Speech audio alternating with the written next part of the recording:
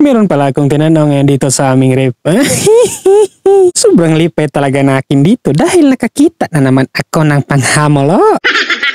Umadto pala ako ngayon sa tindahan dahil meron akong bibilhin na mga walang kanadihan. Nahirapan lang talaga ako dito sa Kaliso dahil nagulan-ulan at yung dala namin dito ay sobrang danlog. Muntik pa nga ako dito nakaumpak eh. Kaya kung walang muntik, makaumpak gayon. Dahil hindi ako dito nakaumpak, nagsayaw-sayaw ako dito eh. Pagkawala ginadi.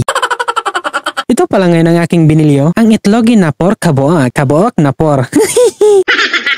Ang lami-lami talaga nito kapag mayroong sagol. Kaya nakagauna-una ay talaga ako dito kung ano kaya ang aking ipang sagol sa itlogi na iyon. Gusto ko sana sagulan iyon ng noodles pero wala naman akong kwarta ipang palit. Uy, gulay na makulay din sana ang aking nahuna-unaan dito. Pero nagulan-ulan manggod, hindi ako makagawas dahil sa sobrang tugnaw. Tumukar kasi ang aking pagkakandingon. Kaya ang aking ginawa dito ngayon ay tumindog ako at nagtanaw-tanaw ako dito sa aming sook-sook. Baka meron kasi dito mga nagkaluklok na pwede ipang sagol sa itlogin. Pero kahit anong tanaw-tanaw na akin ay wala talaga akong makita. Sa mga orasin na ito dahil wala talaga akong makita, pumunta na ako dito sa aming rep at dito ko na nakita ang pwede ipang sagol sa itlogin.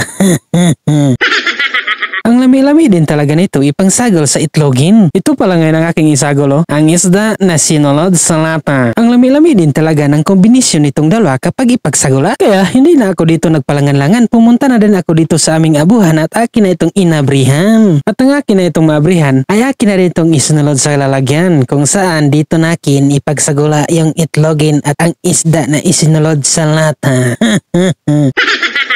Isinunod ko naman dito pagbutang yung mga itlogin at akin na itong ibinuak-buak-buak. Nagandam-andam talaga ako dito habang binubuak-buak ko ito dahil yung kanyang sudlanan ay nakakasagol o sahay yung kanyang mga pulpog na ginagmay ba. Mahirap naman magkalisod-lisod kung atin itong makain. Sa mga orasin na ito ay binutang ko naman kanyang mga sagolin na ahosin o sibuyasin. Daghan talaga ang aking binutang dito para ang lami-lami. At pagkatapos ay binutang ko naman dito ang asinin. Dahil pag wala ito, ang tabang-tabang nito. Kailangan talaga meron. Ba? Sinunod ko naman dito ngayon ang magic sarapin. Muntik ko pa kaya ditong nadaghan ang aking nabutang. Mabuti na lang akin itong nabantayan. Kaya kung hindi ko ito nabantayan ay masamot na talaga ang aking pagkabungaw-bungaw nito. Ay, nako. Kinuha ko na pala ngayon dito ang kutsara at akin na itong pinusat-pusat yung mga isda para talaga mas lalo talaga kalami ang kalang combination ba. Dahil kasi kapag hindi mo ito lataon, ang lain-lain ng kanyang lami, hindi sila magkombinasyon. Nang malata ko na ito lahat, ay ito na akin na itong minamikos-mikos para magsagula na talaga silang kalahat-lahatan. Kinuha ko na rin dito ang kala dahil akin na itong painitin. At nang uminit na ito ay nilagyan ko na dito ng mantikain dahil ito naman yung aking painitin. Dahil talaga sa sobrang kusog ng kayo, ang mantikain ay dito na init. Ibinutang ko na din dito ang aking lulutuin. Grabe yan, nagkisi-kisi talaga ito dahil sobrang init talaga ng mantikain.